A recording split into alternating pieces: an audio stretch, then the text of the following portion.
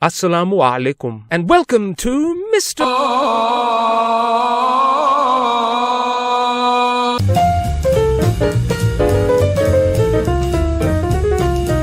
This is Asia, and here's Saudi Arabia. Now let's go, shall we? It is 95% desert, and is the largest nation on the Arabian Peninsula. But who would have foreseen that so much to shake the world would issue forth from this scorched and sand-lathered land? The Arabs are traditionally believed to be descendants of Abraham and his son Ishmael, whose progeny came to dwell in several pockets of the Middle East, including what would one day be known as Arabia. Here they lived as Bedouins, nomadic pastoralists, who, over time, split into different tribes and earned money through trade and caravan transportation. Some of these tribes formed prominent confederations or kingdoms, such as the Thamud, which arose in the 8th century BC, and from the most ancient attestations, the Arabs were known as a fighting people. Here we see Arab warriors mounted on camels depicted in Assyrian art. However, compared with the rest of the Middle East, Arabia slipped through the centuries with very little commotion, as mighty empires grew and toppled around it. Then, in the year 610, a man called Muhammad changed the world. Born in the western Arabian commercial town of Makkah, the story goes that whilst praying in a cave on this mountain, he was visited by an angel who imparted divine revelations, which would ultimately become the Quran. Thus, the religion of Islam, meaning submission, entered the stage of history. Muhammad gained followers, but also resistance from the pagans of Mecca. Muhammad's response to this pushback was to become a military commander, and he amassed an army and conquered Mecca. The Muslims smashed the idols there, for Islam believes there is only one God, Allah. After further battles, Muhammad conquered Arabia and established Islam as its dominant religion before dying in the year 632. Over the next 120 years, Muslim armies conquered more and more land, furthering the reach of Islam, which is today the second largest of all the religions on earth, followed by about a quarter of the world's population. Now, while Arabia remained revered in the hearts of Muslims as the birthplace of the Prophet and the site of Mecca, the city which Muslims make pilgrimages to and towards which they pray, the main centers of Islamic civilization were located outside of Arabia, in places like Baghdad and Damascus. Consequently, Arabia returned, for the most part, back to its tribalism of old. But there were bursts of action, some of them horrifying. For instance, in the year 930, Mecca was attacked and pillaged by a Persian warlord whose forces slaughtered pilgrims and stole the sacred black stone, which they broke into several pieces. Some Arabian states gained considerable size and power, but Ottoman Turkish rule in Arabia began in 1517, after the Turks beat the Mamluk Sultanate of Egypt. But the Ottoman foothold was challenged in 1727 by a certain emir of the royal house of Saud. The state he founded lasted till 1818, when the Turks dismantled it in this war. The Saud monarch, who believed music to be sinful, was forced to listen to music before being beheaded in Constantinople. I don't think the Turks liked him. In fact, relations between Turkey and Arabia have not been great ever since. Anyway, the Saud family were determined to regain dominance in Arabia. Their chance arrived in the early 20th century. The Ottoman Empire was by this time much weaker than it once was, but still a potent threat to the Arabians, whose land was still very backward and poor. Ibn Saud began conquering with the aim of uniting the rival Arabian tribes under the Saudis. During World War I, the Arab world gained the British and French as allies in their revolt against the Ottoman Empire, which succeeded in ending Turkish rule. Saud continued his conquest of Arabia, crushed rebellion, and at last formed the country that would become known as the Kingdom of Saudi Arabia in 1932, an absolute monarchy informed by the ideology known as Wahhabism, a strict conservative version of Islam. The issue of the newborn nation's economic problems was soon resolved when the American Standard Oil Company of California discovered oil there. Lots of oil. This meant money. Lots of money. Ibn Saud died in 1953 and was succeeded by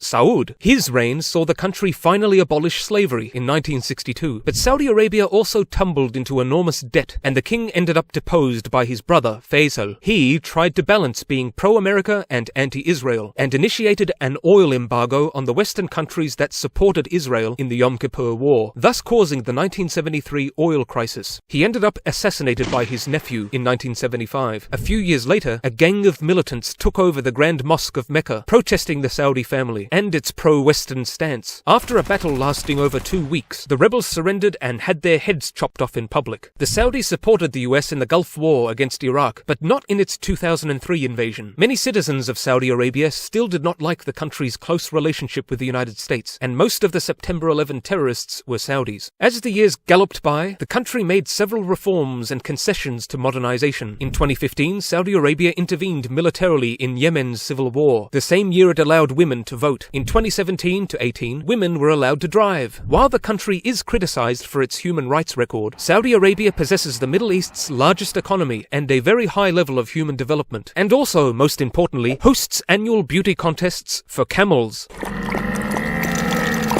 Anyway, the question remains, what awaits Saudi Arabia in the years to come? Comment below, but for now, bye-bye!